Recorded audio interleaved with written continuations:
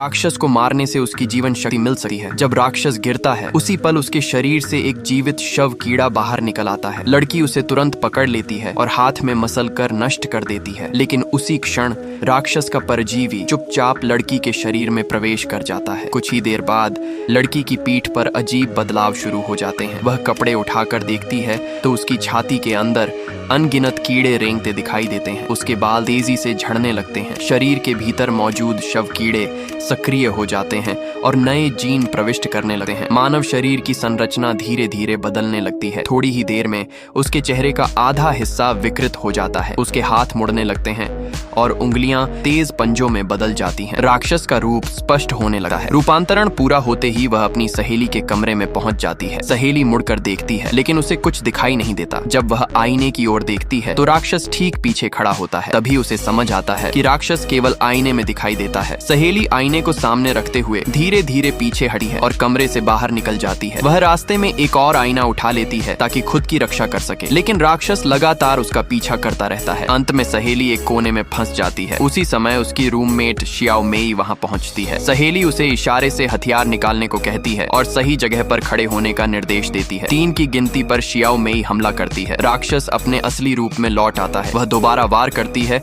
और राक्षस जमीन पर गिर जाता है। दोनों मिलकर राक्षस को बांध देते हैं। शियाओ मेई उसके शरीर से शव कीड़ा निकालती है। वह शव कीड़े को निगल लेती है। कुछ ही देर बाद राक्षस का रूप समाप्त हो जाता है और लड़की अपने मूल रूप में वापस आ जाती है।